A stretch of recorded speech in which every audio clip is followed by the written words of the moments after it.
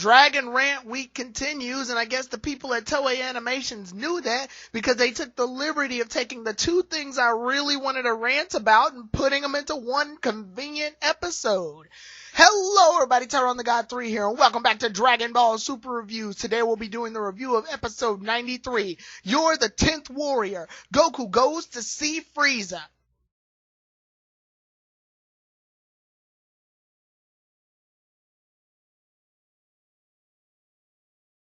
Oh boy, so I don't think I need to really get much into the plot summary. I know a lot of y'all want me to get to the meat of this, which is the con section of the episode, and there is a pro, guys. Don't worry, this isn't going to be a complete tear apart, and I probably will still end up going in the exact same order. But to brief up the plot, Goku goes to see Frieza. Frieza wants out of his version of hell, which contradicts the other hell that was in Dragon Ball Z, but then again, those scenes of the villains looking at Goku fight Kibu are non-canon. It was just something to make things more interesting and to make the environment build a bit more on the impact of Goku's fight against Buu. You know, how a good anime is supposed to set things up. But anyway, we see that Frieza's in hell. Goku gets him out for a second, and Goku's like, yo, I can get you out. Frieza refuses, but then he's like, no, I'm just kidding. I'm not surprised that Frieza wants to kill Goku at sight. He beat Frieza in battle on planet Namek. He's the sole reason Frieza came to Earth the first time. And he's the sole reason that when he got resurrected, he trained to get stronger to kill him the second time. And then he got killed by Goku the second time. He hates Goku. What part of this do we not understand? Like, how is he not trying to kill Goku at this point? Like, the minute he got out, there should have been a death beam towards Goku's face. Obviously, Goku would have parried it out the way. But still, like, this isn't Frieza. This is just some person who happens to have the name Frieza and looks like him. But moving on. Goku decides to make a deal with Frieza. Apparently, Frieza wants the Earth's Dragon Balls if they win the tournament. Obviously, that's a setup. He's going to revive himself. And then he's going to use the second wish to fuck over everybody. And the reason that I'm so pissed off about this, because some people go, ooh, this is a potential for a new saga. Ooh. I don't care. Like, I really don't care. We've already seen Frieza attack planet Namek. We've already seen Frieza come to Earth and get sliced up by Trunks. And we've already seen him in several movies, Dragon Ball GT, a bunch of other non-canon things. We've seen him come back in Resurrection F the movie. Then they regurgitated that in Dragon Ball Super and made that a saga. I don't care about Frieza anymore. I do care about the character that they've ruined because of Super, but I don't care about Frieza anymore as an antagonist. Dragon Ball Super has brought Frieza back in 2 occasions. 3 actually. Two times is gonna be when he already fought in Resurrection F, and after this tournament is over, cause you know there's gonna be a fight. And then in the middle of all of that is he's gonna fight with Goku, cause apparently the two see eye to eye now, buddy. Yay! I feel like I'm reading a goddamn fanfic. A goddamn Goku and Frieza are now friends fanfic. And the reason I'm making such a big deal about this, because a lot of people in the comment section are going to be like, Tyrone, why are you complaining? What's the difference between Frieza joining up with Goku and all of Goku's past villains doing it? Other villains have done it before. I don't see what you're so upset about. Here is the problem with that. Those villains were redeemable. Goku gave Frieza several times to redeem himself on planet Namek while they were fighting. He even gave Frieza some of his energy when he was sliced in half so that they can leave on somewhat good terms. Frieza didn't accept that. He still wanted to kill Goku with one arm and no lower body. Apparently someone at Toei, Toriyama, I don't know who, doesn't understand that Frieza is not redeemable. You can't redeem him as a character.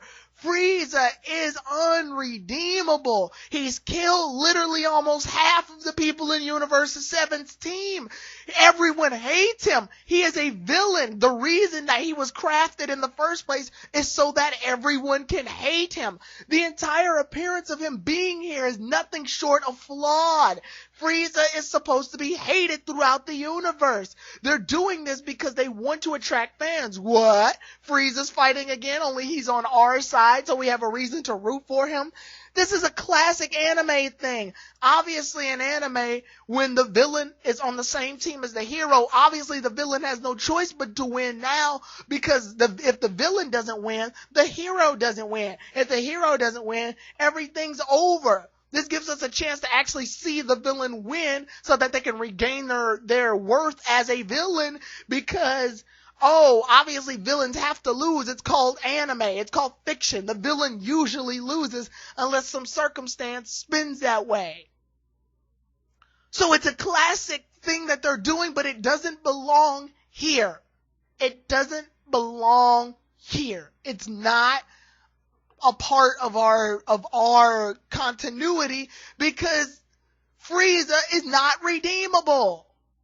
He's killed Vegeta after enslaving his father and the entire race and blowing up his home world. He's killed an entire race of Namekians and blew up their planet. He's killed 2 races and destroyed 2 planets. And if you want to count Resurrection F, he destroyed Earth. He is unredeemable. Stop bringing him back for things like this. What, to catch eye candy, to sell toys? Well, it's not cute. It's not funny. It's just childish. You keep bringing him back too, as if other villains don't exist. There's Cell. Kid Boo's supposed to be resurrected. They couldn't do any of those things. It feels like this series is doing all it can to just relate to the fan, or just to relate to the quick fans that want to see their certain characters fight, rather than giving them legit reasons why they should actually join the tournament. If you can bring back people who have already died, that gives Goku a wider margin of people to pick from. What, did he only pick Frieza because Frieza's the only one strong enough to fight off against Goku Blue and Vegeta Blue? Cause that's stupid! That doesn't mean a thing if he is going to be a detriment to the entire team. If you bring a shitty player with good skills to the team, it's still a bad team. There's no teamwork. And the reason I'm so upset by this is because I felt Frieza's hatred towards Goku. Anyone who's already sliced up where a majority of their body is gone and still wants to kill that person, that's true hatred. So I refuse to believe that someone who hates someone else this much would even consider joining up with them, even if he wants the Dragon Balls in the end. This is going to end in failure. And it just plain doesn't look right. The reason it doesn't look right is because it ruins the continuity of everything. It messes up the whole dynamic. Frieza's character loses development yet again now, because instead of being this hardcore, cold, evil person, he's one of the good guys now. Buddy. He's fighting with Goku. They lock arms and skip the dew in the fucking happy forest. Let me get to the other half of the episode, because that part pisses me off too. But before then, I'm going to go to a brief transition. And yes, this is part of the con section too. I'm putting the two together to save time. What we see here is that they actually have a spy. Before Goku left, there's a spy of Universe 4. I don't know how the hell he got from Universe 4 all the way to Universe 7 so quickly. But there's a spy, and he brings in intel that they're recruiting Frieza. That looks like it may go somewhere. I don't know. Universe 4 hasn't really done anything to make me interested in it. So I almost forgot they were going to be in the tournament. So after that happens, we go cut to Universe 6.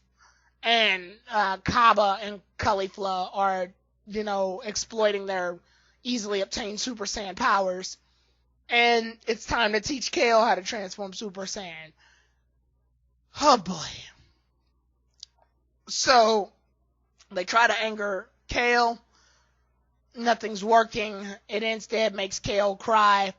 And you know what is the sad part? And I'm going to bring up the pros real fast.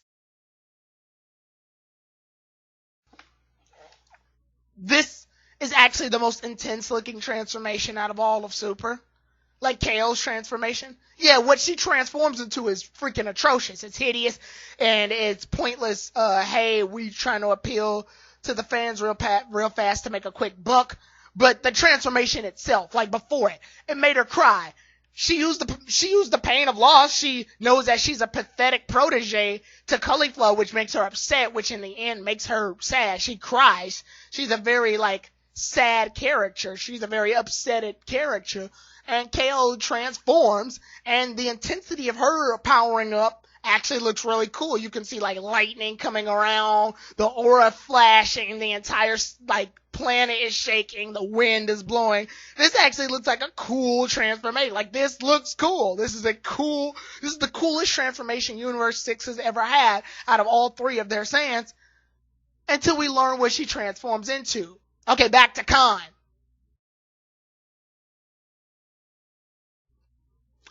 Fucking Broly. I don't even oh my goodness, this is so stupid. And the reason this is so stupid is because they ripped a lot of things from just straight up Broly. It's one thing to make it subtle, you could try to make it subtle. They could have just made her sleek with the green hair and the no pupils, and then had her do some of the moves that look like Broly. But no, they straight up make the female as bulky as Broly, which makes no goddamn sense if you know anything about the female anatomy. This makes no goddamn sense because they literally ripped scenes from Broly's movie and put them in there, like the "You Kakarot, the bloodshed starts with you" line. She goes, "You Kaba, I want to kill you first," and she even does the pointing that Broly does. She does the chest blast that Broly did on Goku and Gohan during the middle of that movie. Everything is ripped straight from that movie, and it just makes me fucking sick to my stomach. Because it proves that they are making a quick buck. They are milking this for all it's worth. They have no intention of developing a character who had potential. And you know what? I'm gonna sit here and break down Kaba, Caulifla, and Kale for a second, and then just do a quick breakdown of what they could have been if Dragon Ball Super was like Z, or wanted to be above Z, or just put in effort, I guess. And then I'll get back to raging. I actually like the dynamic here. Kaba is passive. He's a very passive Saiyan. He's not very aggressive. He's not a very dominant Saiyan. But he's a boy. And then you've got Caulifla, who is a female, which in common stereotype, she should be the less aggressive one. She's the more aggressive one. She's the more aggressive. She's more dominant. And then we've got Kale, who's highly emotional, shy, and very upsetting at times. She gets sad, she gets depressed, this dynamic of three characters actually could have worked really well if it was actually used legitimately. And I would even go as far as to say that Dragon Ball could have branched off to a spin-off series involving these three and maybe Hit and maybe some other Universe 6 stuff, and we could have gone somewhere with that. Or to the very least, you have a passive character and just Caulifla. If you wipe out Kale for a second, you've got a passive and an aggressive, but the genders are swapped, obviously, so that takes out stereotypes. And you got these two characters slowly developing a relationship with each other, where it could be a tsundere type thing with Caulifla, and Kaba is just passive and shoots to be the best, and he ends up pulling off accomplishments that Caulifla just can't do, so she ends up getting jealous, but at the exact same time respects him, and they could have developed him. And then if you want to throw Kale in the mix, Kale is the medium between the two. She can stop the two from fighting, or she can be the one that brings the two closer together at times. And then, if you want to make her super strong, don't make her a legendary Super Saiyan. Just make her, someone who, when they finally unlock her powers, she's just super strong. Something they didn't expect. She still has her same body shape. Just, rages out and hulks out like Broly. But then faints and doesn't remember anything. Just a medium, a comfortable medium. And also what sickens me is that they made her just like Broly. Unfortunately, I guess they just didn't pay attention to Broly at all because Broly's hair is the wrong color. Or I'm sorry, Kale's hair is the wrong color. What exactly are you talking about, Tyrone? If you actually look at the legendary Super Saiyan Broly movie, you'll learn that Broly's hair is green because his Super Saiyan transformation is corrupted by the mind control device. And the reason, and it does break later on, however, you learn that after he lands on planet Earth and fights him again in Broly's Second Coming, his hair is not that anymore. It's actually the right color. They even show this off in Raging Blast 1 and 2. So, it's just, yeah, it's just nothing but, it just feels like a shameless plug. It feels like they put this in there strictly for the sake of, hey, we just want to relate to the fans. It's frustrating. It's really frustrating just to see this because it looks ridiculous. Look at it. It looks goddamn ridiculous. And I bet you there's going to be no explanation as to why it happened. Broly at least had an explanation for what triggers him to transform. This right here is just, Caulifla can do it. I mean, I'm sorry, Kale can do it. Kale can just do it. Kale can transform into Broly. Fuck it, why not? Both of these things, from Frieza coming back again to Broly, I don't know how I'm going to explain this anymore. And some people have defended this series and have put up some legit arguments that I've been able to talk back. But there's no defending this. How do you defend this? They're bringing back Frieza twice within the span of one series. Why? So he could be a good guy for a little bit? Why are they bringing Broly into this? Why? It's to make a quick dollar. And it's sad too because Super was actually doing a good job developing the characters of Universe 7. We were actually reaching platforms of these characters that we hadn't reached in Dragon Ball Z. I was thoroughly impressed how they treated Krillin, how they've treated even how they treated Gohan because they exploited some of the weaknesses that he's had since Z.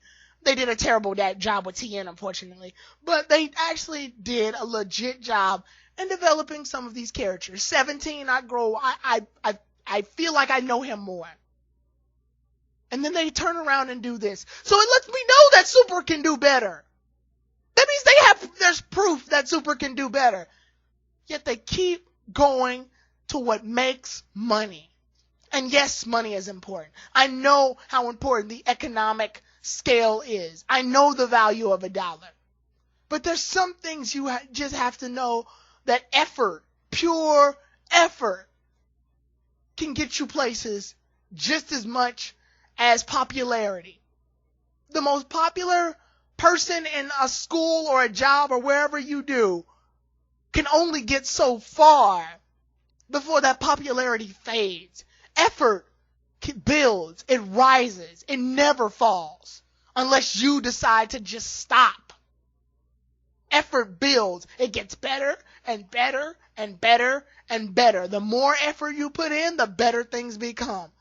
And that's what Z was to me. It was pure, raw effort. Every time I felt like it couldn't get any better in the Saiyan Saga when Goku and Vegeta had that Galligan Kamehameha struggle, then the Frieza Saga happens and all these cool fights happen and the planet's on the verge of destruction and Frieza, the very person that wiped out an entire race, is now getting beat by the one character that he left behind during a massacre, who turned into the Super Saiyan that he feared the most. Then, when I thought it couldn't get better, the Goku and Vegeta's children, their young ones, the next generation, they end up starting off in a genocidal, apocalyptic future. They work together. Gohan ends up falling and losing an arm.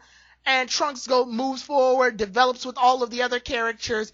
And then Gohan is focused on as well. He ends up getting one arm injured. You pay attention to that, how the two have similarities, and then goes into a Kamehameha battle with Cell, wins the day, saves the future, becomes the hero of that timeline. So Goku's son is the winner of the day there. We cut to Trunks' deal. Trunks comes back in time, destroys Cell there. He is the winner of the timeline there. The next generation is rising. Plot, story, driven.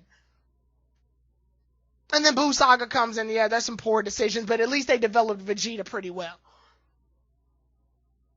Effort.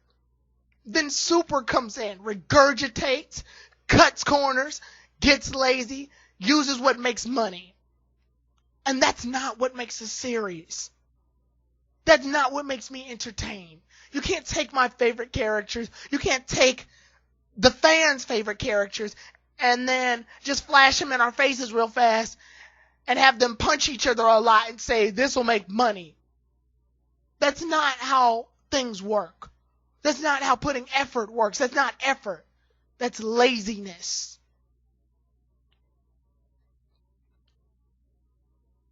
And I know Dragon Ball can do better. I've seen it do better. I've seen the movies do better. I've seen Z do better. I've seen the manga do better.